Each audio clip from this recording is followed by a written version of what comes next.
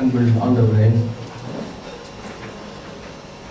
உண்மை உண்மை இன்றைக்கு நாங்கள் உங்களுடைய சமூகத்திலே நிற்கிறோம் என்று சொன்னால் உங்களுடைய கிருபை மாத்திரமே எங்கள் ஒவ்வொருவரையும் நடத்தினது உண்மையையும். இன்றைக்கு நாங்கள் முழு குடும்பமாக மகிழ்ச்சியோடு உங்களுடைய ஆலயத்திலே வருவதற்கு வர உதவி செய்தீர். உங்களுடைய கிருபை உண்மையையும். இந்த ஆண்டு கடைசி பரிசுத்த ஆராதனையிலே கலந்து கொள்ளக்கூடிய கிருபைகளை பாராட்டினீர். அதற்காக நன்றி தெரிவிக்கிறோம். இந்த நாளிலும் கர்த்தர் எங்களோடு பேசும்படியாக தூய ஆவியானவருடைய வார்த்தைகள் எங்களுடைய உள்ளத்தை ஆட்கொள்ள உதவி செய்யும். நான் பேசினால் கேட்க மாட்டார்கள். பரிசுத்த ஆவியானவர் பேசும்பொழுது ஜனங்கள் திருப்தி அடைவார்கள். இயேசுவின் நாமத்தினால் ஜெபிக்கிறோம் பிதாவே. திருச்சபையார் உட்காருவோம். ஆண்டவராகிய இயேசு கிறிஸ்துவின் இன்ப நாமத்தினாலே திருச்சபையை நான் வாழ்த்துகிறேன். கர்த்தர் கொடுத்த இந்த மேலான சாக்கியம், தயவு, இரக்கங்களுக்காக ஆண்டவருக்கு நன்றியை தெரிவித்துக் கொள்கிறேன். இந்த வருடத்தின் முதல் மாதம் முதல் வாரத்தில் இருந்து 12ஆம் மாதம் கடைசி வாரம் ஆகிய இந்த நாள் மட்டும் கர்த்தர் நம் ஒவ்வொருவரையும் தாங்கி வழிநடத்தின தேவனுக்கு நன்றி செலுத்த கடமைப்பட்டிருக்கிறோம். அது மாத்திரமல்ல, தேவனுடைய அன்பு இரக்கங்களை குறித்து நாம் பேசும் பொழுது அவைகளை சொல்லி விவரித்து சொல்ல முடியாதவைகள். அதிலே ஆண்டவர் நம்மை எவ்வளவு ஆச்சரியமாக நடத்துகிறார் என்பதற்கு சொன்ன சாட்சிகள் நமக்கு ஆதாரமாக காணப்படுகிறது, எவிடன்ஸ். அதற்காக ஆண்டவருக்கு நான் நன்றியை தெரிவித்துக் கொள்கிறேன். இந்த நாட்களிலே விசேஷமாக புதிய வருடத்திலே, அதாவது 2016ஆம் ஆண்டினுடைய வருடத்தை நாம் அவளோடு எதிர்பார்த்து கொண்டிருக்கிற இத்தருணத்திலே கர்த்தர் நம்மோடு கூட பேசும்படியாக அநேக வார்த்தைகளை நமக்கு கொடுத்திருக்கிறார். அதன் அடிப்படையிலே தலைப்பு, நமக்கு கொடுக்கப்பட்ட தலைப்பு ஃபேமிலி லைஃப், குடும்ப வாழ்க்கை குறித்து நமது CNI டயசிஸ்ல இன்றைக்கு நமக்கு கொடுக்கப்பட்ட தலைப்பின் கீழாக நாம் தியானிக்கவிருக்கிறோம். எடுத்தவர்கள் வாசிக்கலாம், ஆங்கிலத்திலும் தமிழிலும். கொலோசியருக்கு எழுதின நிருபம் 3ஆம் அதிகாரம் 15ஆம் வசனம். The epistle according to Colossians chapter 3 verse 15. தேவ சமாதானம் உங்கள் இருதயங்களில் ஆளக்கடவது. போதுமா? Shall we read in English? Let the peace of Christ rule in your hearts. Let the peace of Christ rule in your hearts. Family லைஃபை குறித்து ஆண்டவர் நம்மோடு கூட பேசிக் கொண்டிருக்கிறார். கொலோசி திருச்சபையை குறித்து சொல்ல வேண்டும் என்று சொன்னால், அந்த பட்டணம் மிகவும் மிகவும் குறுகிய ஒரு பட்டணம். It was an important city in the province of Romans. அது மாத்திரமல்ல, இந்த சிட்டியை குறித்து நாம் சொல்லும் பொழுது இங்கு கிறிஸ்தவர்கள் அப்போஸ்தலனாகிய பவுலடியாருடைய ஊழியத்தின் நிமித்தமாக இயேசு கிறிஸ்துவை ஏற்றுக்கொண்டு கிறிஸ்தவர்களாக்கப்பட்ட அந்நிய புறஜாதி மக்கள் ஏகப்பட்டவர்கள் இந்த சபையில உண்டு. அந்த சபையை வளர்ப்பதற்காக ஆண்டவர் ஒவ்வொரு நேரத்திலும் ஒவ்வொரு சமயங்களிலும் கோவர்க்கர்ஸை பவுலடியாருக்கு கொடுத்திருப்பதை நாம் பார்க்கலாம். அதிலே எபப்ராத் என்கின்ற கர்த்தருடைய தாசன் அந்த சபையை வளர்ப்பதை நாம் பார்க்கலாம். அவர் வளர்க்கும் பொழுது அந்த சபைக்கு கர்த்தருடைய வார்த்தைகளையும் தேவனுடைய சத்தியத்தையும் வெளிப்படுத்தினார். Okay, Epaphras taught the truth of the gospel to the church at Colossians. அந்த சிட்டியில அந்த திருச்சபையானது mostly compact with the non-Christian Gentile converts. புறஜாதி மக்கள், இயேசு கிறிஸ்துவை, யூதர்கள் அல்லாத புறஜாதி மக்கள் இயேசு கிறிஸ்துவை ஏற்றுக்கொண்டு ஆண்டவரை ஆராதிக்கிற மக்களாக மாற்றம் அடைந்த அந்த தருணத்திலே தேவனுடைய வார்த்தைகளை எபப்ராத் அவர்களுக்கு அறிவிப்பதை நாம் பார்க்கலாம். அவர்களுடைய வாழ்க்கையானது, கடந்த வாழ்க்கையானது ஆண்டவருக்கு விரோதமாக வாழ்ந்த ஒரு வாழ்க்கை, பாவத்திற்கு அடிமையாக வாழ்ந்த ஒரு வாழ்க்கை. அது மாத்திரமல்ல, அவர்களுடைய மனமும் அவருடைய சிந்தனைகளும் அவருடைய செயல்களும் எப்பொழுதுமே ஆண்டவருக்கு விரோதமாக காணப்பட்டது.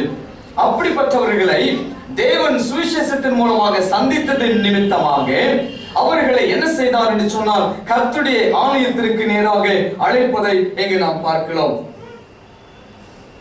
எது அவருடைய வாழ்க்கையிலே மாற்றத்தை கொண்டு வந்தது அப்படின்னு சொல்லும் பொழுது, கர்த்தருடைய வார்த்தைகள் கிறிஸ்துவனுடைய ஒளி நிமித்தமாக அந்த மக்களுடைய வாழ்க்கையானது மாற்றம் அடைந்ததை இங்கு நாம் பார்க்கலாம். பின்ன ஏன் அப்போஸ்தலனாகிய பவுலடியார் இந்த வார்த்தைகளை திருச்சபைக்கு எழுதுகிறார் அப்படின்னு சொல்லும் பொழுது, அழகாக போய்கொண்டிருந்த திருச்சபை, அருமையாக ஆண்டவருக்குள்ளாக வாழ்ந்து கொண்டிருந்த கிறிஸ்தவ மக்கள் நாளடைவில் என்ன செய்தார்கள் என்று சொன்னால் சத்தியத்தை விட்டு விலக ஆரம்பித்தார்கள்.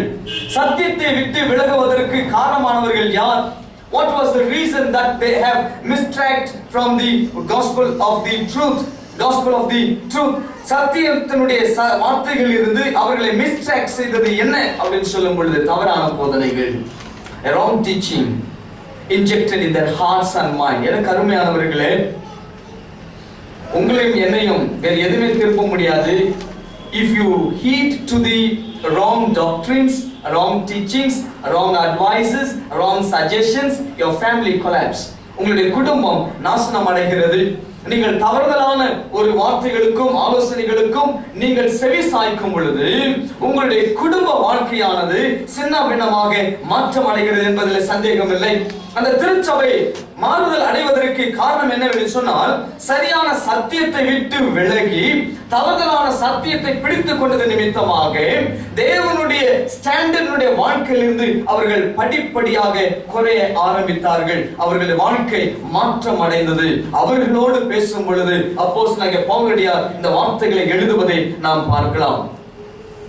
குடும்ப வாழ்க்கை குறித்து ஏன் நாம் இன்றைக்கு பேச வேண்டும்? குடும்ப வாழ்க்கையுடைய முக்கியத்துவம் என்ன அப்படின்னு சொல்லும் பொழுது, குடும்ப வாழ்க்கை குறித்து சொல்லும் பொழுது முக்கியமான ஒரு காரியத்தின் மையப்பொருளிலே நான் உங்களோட பேசுகிறேன். Family life.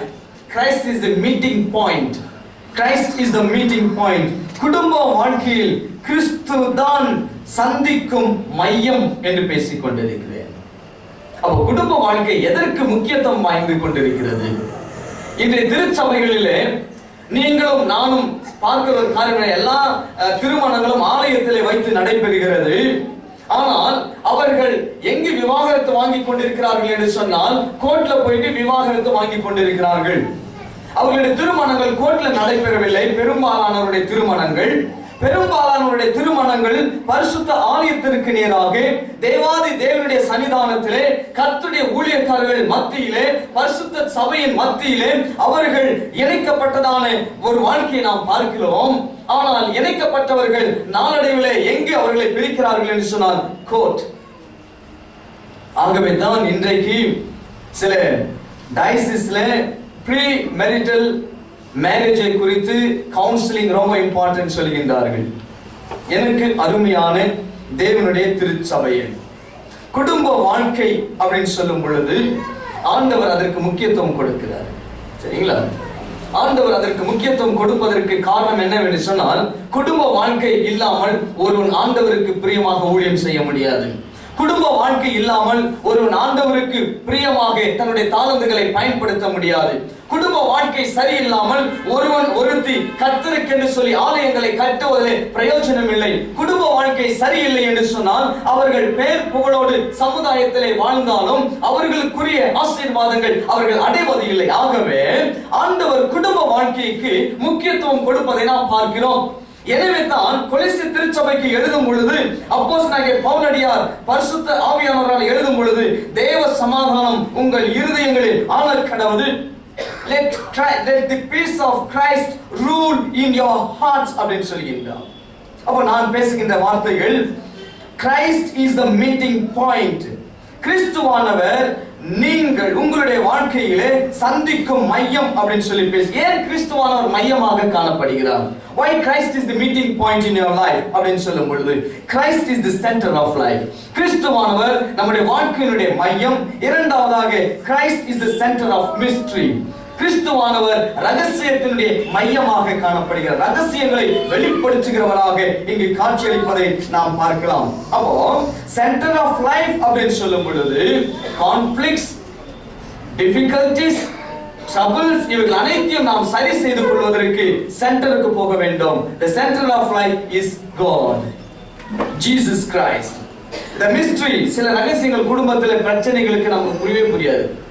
ஏன் என் கணவர் இப்படி இருக்கிறாரு, ஏன் என் மனைவி இப்படி இருக்கிறார், ஏன் என் பிள்ளைகள் இப்படி இருக்கிறாங்க, ஏன் என் பெற்றோர்கள் இப்படி இருக்கிறார்கள் என்கின்ற கேள்விகளுக்கு ரகசியமாகவே காட்சி அளிக்கிறது.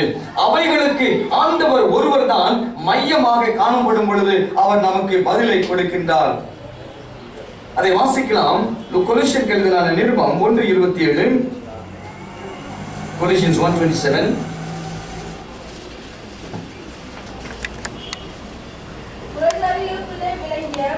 இந்த ரகசியத்தில் உள்ள மகிமை தேவன் தம்முடைய பரிசுத்தவான்களுக்கு தெரியப்படுத்த சித்தமானார். கிறிஸ்துவானவர் மகிமையின் நம்பிக்கையாக உங்களுக்குள் இருப்பதே அந்த ரகசியம். கிறிஸ்துவானவர் நமக்கு மகிமையின் ரகசியமாக இருக்கிறார் என்பதற்கு அவர் ஒருவரே தான் நமக்கு அர்த்தத்தை கொடுக்கிறார். எனக்கு அருமையான தேவனுடைய திருச்சபை, Christ is a meeting point. கிறிஸ்துவானவர் நம்மை சந்திக்கும் ஒரு மையம். It is not community, it is not the culture, it is not the color, it is not the creed. சரியா? நம்முடைய சமுதாயம் நம்மை நாம் சந்திக்கும் இடமாக நம்ம சமுதாயம் அமையவில்லை. நாம் சந்திப்பதற்கு சமுதாயம் நமக்கு அமையவில்லை. நம்மை சந்திக்கிறதான அல்லது நாம் சந்திக்கும்படியாக உதவி செய்கிற ஒரு மையம் நம்முடைய கலாச்சாரம் அல்ல. நாம் சந்திக்கும்படியாக கணவன் மனைவி பெற்றோர்கள் பிள்ளைகளாக சந்திக்கும் ஒரு மையம் நம்முடைய கலர் கிடையாது. It is not the color, it is not creed. நம்முடைய விசுவாசங்கள் அல்லது நம்முடைய கோட்பாடுகள் கிடையாது. I also dare to say it is not even the church. திருச்சபை கூட நீங்களும் நானும் அல்லது நமது குடும்பம் கணவன் மனைவி பெற்றோர்கள் பிள்ளைகள் சந்திக்கும் மையமாக திருச்சபை கூட செயல்படுவதில்லை. Church is a part of Christ. திருச்சபையானது கிறிஸ்துவுக்குள்ளாக ஒரு அங்கமாக காணப்படுகிறது. அது நம்மை இணைக்கிறதான ஒரு மைய பகுதி அல்ல. It is not a meeting point. ஒரு விஷயம் சொல்ல விரும்புகிறேன். திருச்சபையானது நிறைய குடும்பங்களுக்கு விரிசலை கொண்டு வருகிறதான காரணமாக மாறுகிறது. திருச்சபையானது எத்தனையோ குடும்பங்களுடைய கருத்து வேறுபாடுகளுக்கு அது காரணமாக மாறுகிறது. திருச்சபையானது எத்தனையோ குடும்பத்தினுடைய வாழ்க்கையில பல பிரச்சனைகளுக்கு காரணமாக மாறுகிறது. எப்படி? என்னுடைய ஊழியத்திலே நான் சந்தித்தவர்கள் சில பேர் உண்டு. 5 வருடங்கள் திருமணமாச்சு, கணவன் மனைவி சேர்ந்து வாழவில்லை. நான் போன உடனே அவங்க செய்ய, ஐயா நீங்க பேசினா அவங்க எல்லாம் கேட்பாங்க, நீங்க பேசுங்க அப்படின்னாங்க. நான் பேசினா கேட்பாங்களா? நான் கேட்டேன், நான் பேசினா கேட்பாங்களா இவங்க? ஐயா நீங்க பேசினா கண்டிப்பா கணவன் மனைவி கண்டிப்பா கேட்பாங்க ஐயா. சரி வர சொல்லுங்க. கணவன் மனைவியும் நான் அழைத்தேன், உட்கார்ந்து அவர்களோட கூட ஆலோசனை நடத்தினேன், பேசினேன். உங்க பிரச்சனைகள் என்ன சொல்லுங்கம்மா அப்படின்னு. ஐயா நாங்க எல்லாம் சிஎன்ஐ சர்ச்சு, நல்லா கவனிக்கணும், நாங்கெல்லாம் சிஎன்ஐ சர்ச்சு. நான் வளர்ந்தது சிஎன்ஐ, ஊர்ந்தது சிறியன்னை, புரண்டு வளர்ந்தது சிஎன்ஐ, எல்லாமே சிஎன்ஐ. இப்ப என்ன ஆயிடுச்சு, கல்யாணம் ஆன பிறகு என் வீட்டுக்கார பாருங்க என்ன பெண் கோஸ்ட் போலாம் அப்படின்னு சொல்லி கூட்டிட்டு போறாரு. எப்படி சரி செய்வது இவர்களை? சொன்ன உட்காருங்க. எதற்காக பெண்டிகோஸ்ட் சர்ச்சுக்கு போறேன், எதற்காக சிஎன்ஐ சர்ச்சுக்கு போறேன்? You should know the concept to go to the church. While you are going to the church, you should have the reason for going to church. திருச்சபைக்கு போவதற்கு உனக்கு சரியான ஒரு தரிசனம் இருக்க வேண்டும், எண்ணம் இருக்க வேண்டும். உன் கணவன் எங்க இருக்கிறார்? ஒன்று அவரோடு இரு, இல்லாவிட்டால் அவரை உன்னோடு இணைக்கக்கூடிய திறமை இருக்குமானால் நீர் அவரோடு அன்பாக பேசி உன் கணவனை உன்னோடு இருக்க வைப்பது உன்னிடத்தில் இருக்கிறது. சண்டை போட்டுட்டு நான் தனியா இருக்கிறேன், அவர் சிஎன்ஐக்கு வந்ததான் நான் சர்ச்சுக்கு வரவேன் என்பது church is not the reason for conflict. திருச்சபை நம்முடைய குடும்பத்தை பிளப்பதற்கு நாம் காரணமாக மாற்றிவிடக் கூடாது. இன்றைய குடும்பங்கள் திருச்சபையை தன்னுடைய குடும்ப வாழ்க்கையை பிரிப்பதற்கு ஒரு மையமாக பயன்படுத்துவதை நாம் பார்க்கின்றோம். அப்போ கிறிஸ்துவானவர் மைய பகுதியாக ஏன் காட்சி அளிக்கிறார் அப்படின்னு சொல்லும் பொழுது, கிறிஸ்துவானவர் நம்முடைய சந்திக்கும் மையமாக இருப்பார் என்று சொன்னால் நமது வாழ்க்கையை ஆட்சி செய்யக்கூடியவர் யார் என்பதை நாம் புரிந்து கொள்ள வேண்டும். அதை தமிழில் ரொம்ப அழகாக சொல்கின்றார். தேவ சமாதானம் உங்கள் இருதயங்களில் ஆளக்கடவது. அதை ஆங்கிலத்திலே வாசிப்போம். Shall we read in English? Let the peace of Christ rule. நல்லா கவனிக்கணும். If Christ is the meeting point, then Christ supposed to rule your family. உன்னுடைய குடும்ப வாழ்க்கையை கிறிஸ்து என்ன செய்ய வேண்டும் என்று சொன்னால் அரசாள வேண்டும். அப்போ அந்த அரசு வாழ்க்கை எப்படிப்பட்டது என்று சொன்னால் the rule of Christ. கிறிஸ்துவனுடைய ஆட்சி எப்படிப்பட்டது அப்படின்னு சொல்லும் பொழுது கிறிஸ்துவனுடைய ஆட்சியானது சமாதானத்தின் ஆட்சி. It is ruled or measured by the peace. அதனால தான் அந்த வார்த்தை சொல்ற சமாதானம். இந்த சமாதானத்தினாலே நீங்கள் நடத்தப்பட வேண்டும். காரணம் அவர் உங்களுடைய தலைவராக குடும்பத்தில் இருக்க வேண்டும். நான் சில வீடுகளுக்கு போனேன். வீடுகளுக்கு போகும்போது என்ட்ரு ஆன உடனே நான் பார்த்த ஒரே போர்டு, கிறிஸ்து இந்த வீட்டின் தலைவர் அப்படின்னு. கிறிஸ்து இந்த வீட்டின் தலைவர். Christ is the head of this house. போர்ட்ல இருக்கும். மீது உங்களுக்கு புரிஞ்சிருக்கும். கிறிஸ்து தலைவருடைய ஹெட் அப்படின்னு சொன்னால் உன்னுடைய குடும்பத்துல கிறிஸ்துடைய ரூல் இருக்கணும். என்னுடைய குடும்பத்துல கிறிஸ்துடைய ரூல் இருக்க வேண்டும். அப்போ கிறிஸ்துடைய ரூல் எப்படிப்பட்டதுன்னு சொன்னா பீஸ் அப்படின்னு சொல்கின்றோம், சமாதானம். இந்த சபையில கிறிஸ்துவானவர் தலை அப்படின்னு சொல்லி நீங்களும் நானும் பெருமையாக நெஞ்ச நிமித்தி நாம் பேசுவோம் பொழுது கிறிஸ்துவானவருடைய ஆட்சி இந்த சபையில் இருக்க வேண்டும். அப்ப கிறிஸ்துவுடைய ஆட்சி இருக்கிறது அப்படின்னு சொல்லி ஒருவன் கையை தூக்கி அவன் கம்பீரமாக சொல்வான் என்று சொன்னால் அந்த சபையிலே சமாதானம் இருக்க வேண்டும். அந்த சபையிலே சமாதானம் இருக்கு அப்படின்னு சொன்னா கிறிஸ்துவுடைய ரூல் இருக்கிறது. கிறிஸ்துவுடைய ரூல் இருக்கு அப்படின்னு சொன்னால் அந்த சபையை ஆண்டவர் மைய பகுதியாக பயன்படுத்துகிறார். That becomes Christ becomes the meeting point for the church. அப்போ peace of Christ என்றால் என்ன? Peace of Christ leads to union with Christ with one another. நான் சொல்லுகிறேன் உங்களோடு, சமாதானத்தின் கிறிஸ்து, பீஸ் ஆஃப் கிரைஸ்ட், கிறிஸ்துவுடைய சமாதானம் அப்படின்னா it leads to union. அது வந்து ஐக்கியத்திற்கு அழைக்கிறது. நல்லா கவனிக்கணும். எங்க அழைக்கிறது?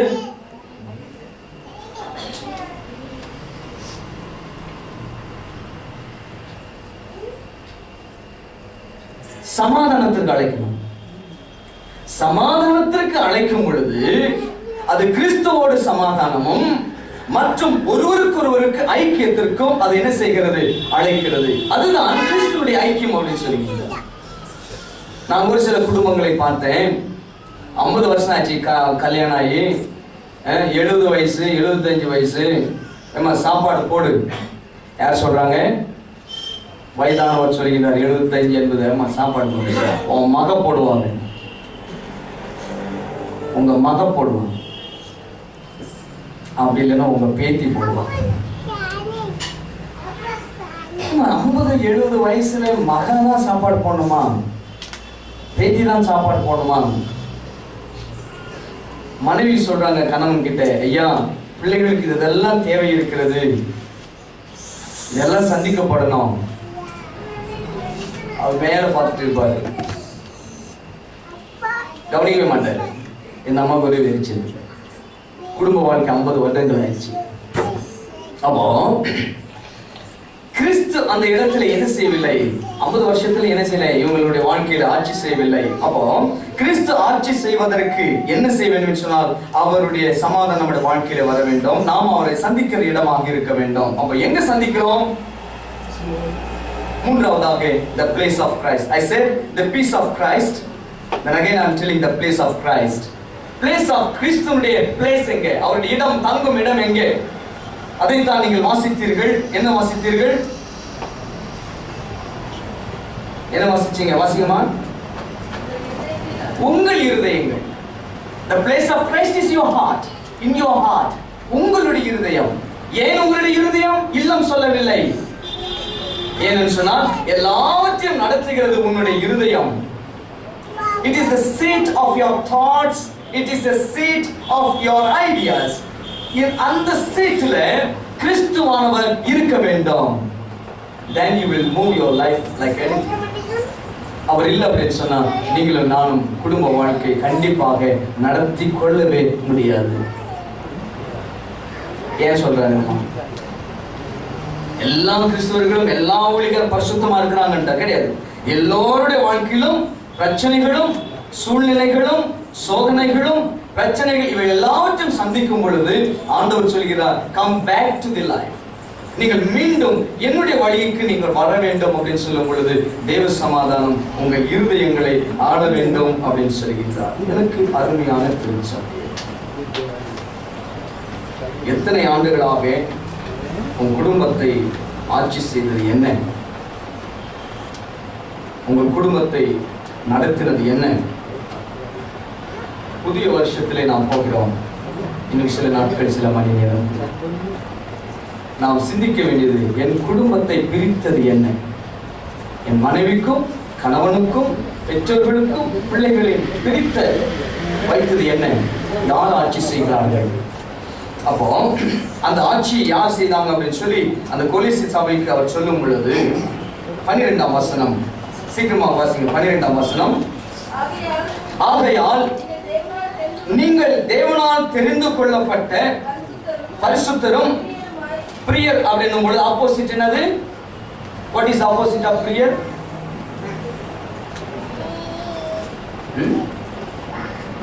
பிரியமா நடக்கிறது, அதுக்கு நேர் எதிர்மறை தமிழ் பண்டிதர்கள் விரோதமான. அப்படின்னா நீங்கள் உங்கள் கணவனை விரோதியாக நடத்தின ஆட்சி அது, சரிங்களா? கணவன் மனைவியை நடத்தினது, மனைவி கணவனை நடத்தினது, பிள்ளைகள் பெற்றோர்களா விரோதம். உருக்கமான இரக்கத்திற்கு ஆப்போசிட், உருக்கமான இரக்கத்திற்கு நேர் எதிர்மறை ஆப்போசிட். கடினமான ஒரு இரக்கம் இல்லாத மனுஷன் சொல்றீங்கல்ல, இரக்கமே கிடையாதையா சொல்றாங்கல்ல, ரொம்ப மோசம். அப்படின்னா இத்தனை ஆண்டுகளாக நீங்கள் ஒருவேளை நீங்களும் நானும் குடும்ப வாழ்க்கை இப்படி இரக்கமற்ற ஒரு ஆட்சி செய்வோம் என்று சொன்னால் அந்த குடும்பத்திலே தேவனுடைய சமாதானம் இருக்காதா? பிறகு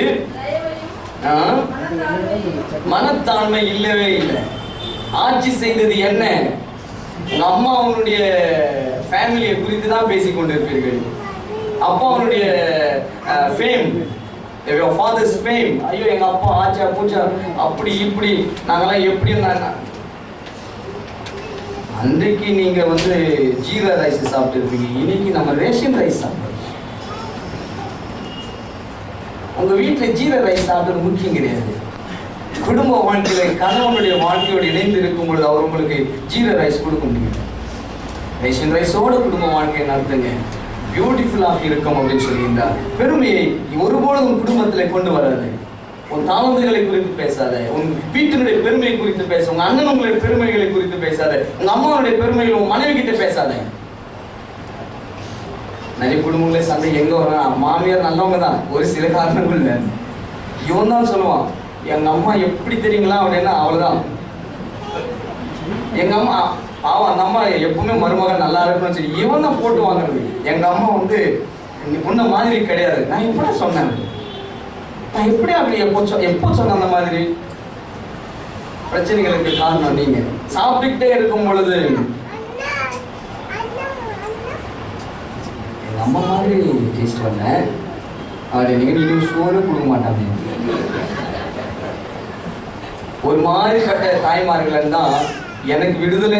உங்க அம்மா இனிமே சமைக்க சொல்லுங்க, எனக்கு சந்தோஷம். அம்மா சமைப்பாங்களா? திருமணத்துக்கு பிறகு நீங்கள் தான் உங்களுடைய வாழ்க்கைக்கு முழு காரணம். திருமணத்திற்கு முன்பு உங்கள் பெற்றோர்கள் உங்கள் வாழ்க்கைக்கு காரணம். சாப்பிட்டுட்டே இருக்கும் பொழுது நீங்கள் சொல்லும் வார்த்தைகள் நம்ம ரொம்ப டேஸ்டா பண்ணி அவ்வளவுதான். பிறகு பொறுமையை நாம் என்ன செய்ய வேண்டும்? பொறுமைக்கு opposite, what is the opposite of patience? தமிழ்ல சொல்லுங்கம்மா.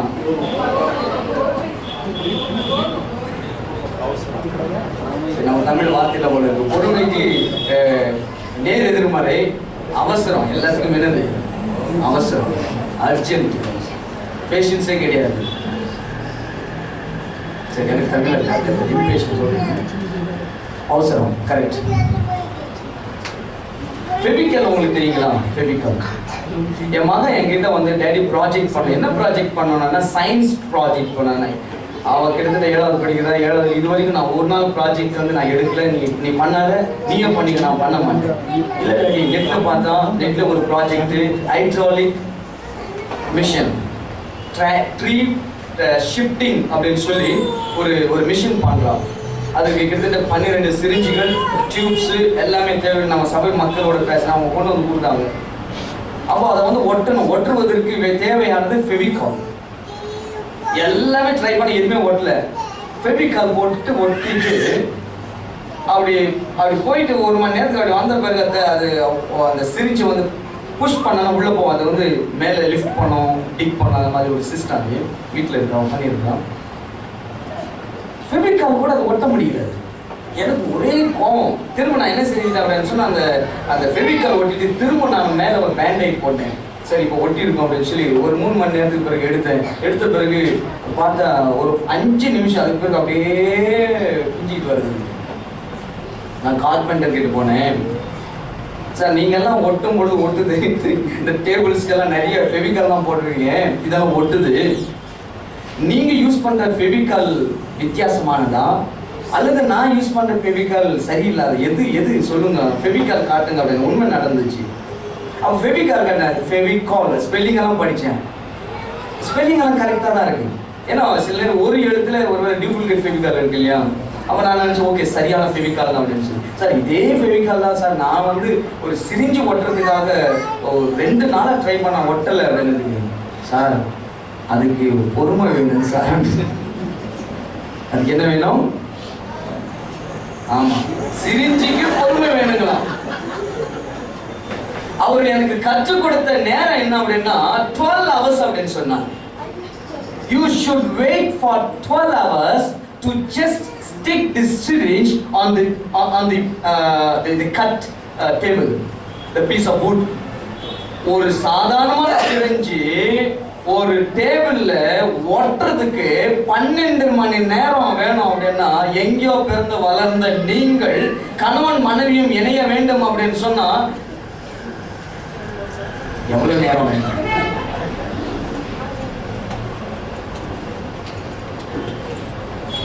சிரிச்சிருந்து இருக்காதீங்க. குடும்ப வாழ்க்கையில மனவிட்டு பேசுவதை கற்றுக்கொள்ள வேண்டும். குறைகள் இல்லாத குடும்பமே கிடையாது. குறைகள் இல்லாத ஹஸ்பண்டும் கிடையாது, குறைகள் இல்லாத மனைவியும் கிடையாது, குறைகள் இல்லாத பெற்றோர்களும் கிடையாது, குறைகள் இல்லாத பிள்ளைகளும் கிடையாது. ஆனால் அது வாழ்க்கை அல்ல. அவைகளை சரி செய்து கொண்டு சரியாக நடத்தி செல்வதுதான் குடும்ப வாழ்க்கை. அல்லையே சொல்லுவோமா? இதுதான் திருச்சபை வாழ்க்கை. இந்த சபையானது குறைகள், குற்றங்கள், தவறுகள் இருக்கும் பொழுது அதையே திரும்ப அழைச்சிக்கிட்டு இருந்தால் உங்களுடைய கிறிஸ்துவின் ஐக்கியம் ஒட்டவே ஒட்டாது. I promise you, கிறிஸ்தவ வாழ்க்கை ஒட்டாது. It needs minimum 12 hours. ஒரு சாதாரண மனுஷன் கிறிஸ்தவ வாழ்க்கையில திருச்சபை இணைந்து ஏகீபவித்து ஒரே ஐக்கியத்துல நாம் வளரணும் அப்படின்னு சொன்னா, your talk, your actions, your words counts a lot. உங்களுடைய வார்த்தைகள், என்னுடைய வார்த்தைகள், என்னுடைய அணுகுமுறைகள் இவர்கள் அனைத்தும் மிகவும் மிகவும் பிரயோஜனமாக காணப்படுகிறது. என் வார்த்தைகள் சரியில்லை என்று சொன்னால் நீங்கள் திருச்சபையில இணைய முடியாது. என் வார்த்தைகள் சரியில்லை என்று சொன்னால், என் அணுகுமுறை சரியில்லை என்று சொன்னால், என் ஊழியத்திலே குறைகள் இருக்கும் என்று சொன்னால், உங்களை நான் ஆண்டவருக்கு நேராக திருச்சபையில ஒரு நல்ல ஒரு திருச்சபையின் பிள்ளைகளாக நான் ஒருபொழுதும் உங்களை என்ன செய்ய முடியாது, நடத்திவிட முடியாது. காரணம் என்னவென்று சொன்னால், நான் சரியில்லை. I am not a good fellow, I am not a perfect fellow to lead you. இது ஒரு போதகராக நான் பேச வேண்டியது. அப்போ ஒரு திருச்சபையின் மக்களாக நீங்கள் பேச வேண்டியது என்னன்னா, நான் சரியான அங்கத்தினராக, நான் மூப்பராக, வாலிபன் அல்லது தாய்மாராக, ஆண்களாக நான் இல்லைன்னு சொன்னால் இந்த சபையானது ஆண்டவரே நான் நடத்தி கொள்ளவே முடியாது. கிறிஸ்து சமாதானம் உங்களை வளர்க்கிறது. The conclusion speech is this. புதிய வருஷத்துல அதே பிரிவுகளோடு போய் சேராதீங்க. உங்க மனைவி கிட்ட போயிட்டு கையை குலுக்கி ஐ எம் சாரின்னு சொல்ல தப்பு கிடையாது. நான் உன்னை வேதனைப்படுத்திட்டேன், ஐ எம் சாரி, என்னை மன்னிச்சுமா சொல்ல தப்பு கிடையாது. வேற யாருக்கிட்ட சொல்ல அவசியம் கிடையாது. கணவன் கிட்ட போயிட்டு சாரின்னு சொல்லிட்டு தப்பு கிடையாது. பெற்றோர்கள் பிள்ளைகள் என்னை மன்னிச்சிருங்க சொல்றது தப்பு கிடையாது. காரணம் என்னவென்று சொன்னால் இதுதான் கிறிஸ்துவின் அன்பு. ஐயா மன்னிச்சுட்டேன், உன்னை மன்னித்து விட்டேன், உன்னை நேசிக்கிறோம். அந்த வார்த்தைகள் அந்த ஊழியக்காரனை பலப்படுத்துகிறது. அந்த வார்த்தைகள் அந்த சபையில இருக்கிறவர்களை பலப்படுத்துகிறது. அந்த வார்த்தைகள் ஒவ்வொருவரையும் ஆசீர்வாதமாக நடத்துகிறது. சந்தேகம் இல்லை. நான் கேட்கிறேன், உன் மனைவி எங்கே? Where's your wife? கல்யாணமாகி 5 வருஷம் ஆயிடுச்சு. எந்த காரணத்தின் நிமித்தமாக உன் மனைவியை நீ விட்டு பிரிந்து வாழ்கிறாய்? உன் கணவன் எங்கே? எந்த காரண நிமித்தமாக உன் கணவனை விட்டு வாழ்ந்து கொண்டிருக்கிறாய்? உன் பிள்ளைகள் எங்கே? ஏன் நீ அவர்களை விட்டு விட்டாய்? ஏன் பேச முடியாதோ? கிறிஸ்துவால் செய்ய முடியாது, கிறிஸ்துவால் செய்ய முடியாத காரியம் ஒன்றுண்டோ? ஏன் செய்யவில்லை? உன்னை ஆட்சி செய்தது தேவ சமாதானம் இல்லை. உன் குடும்பத்தை ஆட்சி செய்து கிறிஸ்துவ. அப்படி இருந்தால் நீங்கள் கணவன் மனைவி பெற்றோர்கள் பிள்ளைகளாக இணைந்து இருப்பீர்கள். அப்போ எரிச்சல், கோபம், ஆச்சரியப்பட காரியங்கள், பெருமையா பேசுறது எல்லாமே உன்னை ஆட்சி செஞ்சிச்சுன்னா இந்த வருஷத்துல சார்ந்தவரே நான் புதிய வருஷத்துல நான் என் மனைவியை வீட்டுக்கு கூட்டிட்டு வரேன், வந்து சாட்சி சொல்லுவேன். அதுதான் சாட்சி. நான் கணவன் மனைவியை வீட்டில் இருந்துட்டு தனிமையா குடித்தனம் இருக்குது வீடு அல்ல. கணவன் மனைவி ஒரு வீட்டில் இருந்து தனி குடித்தனம் இருப்பாங்க, சில பேர் இருக்கிறாங்க. நீங்கள் அப்படி இல்லாததுக்காக நான் 4 நன்றி செலுத்துகிறேன். ஒரே வீட்டுல தனி குடித்தனம் இருக்கக்கூடாது. அது குடும்ப வாழ்க்கையில் ஆண்டவருக்கு சாட்சி. என் தேவனுடைய வாழ்க்கை, என்னுடைய வாழ்க்கை கிறிஸ்துவானவர் என் வாழ்க்கையை ஆட்சி செய்தார். நான் இன்றைக்கு சாட்சியாக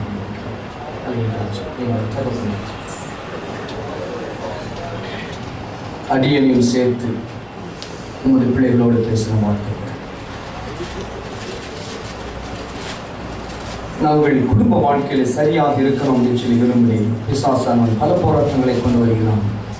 பலவிதமான சோதனைகள் எல்லாவற்றிலிருந்து நாங்கள் விடுதலை பெற உதவி செய்யும். புதிய வருடத்தில் புதிய அனுபவங்களோடு நாங்கள் செயல்பட உதவி செய்வதாகும். திருச்சபை ஆசீர்வதியும். சபையின் மக்கள், குடும்ப வாழ்க்கை, பிள்ளைகள், பெற்றோர்கள் ஆசீர்வதியும். இயேசு நாமத்தினால் ஜெபிக்கிறோம் பிதாவே.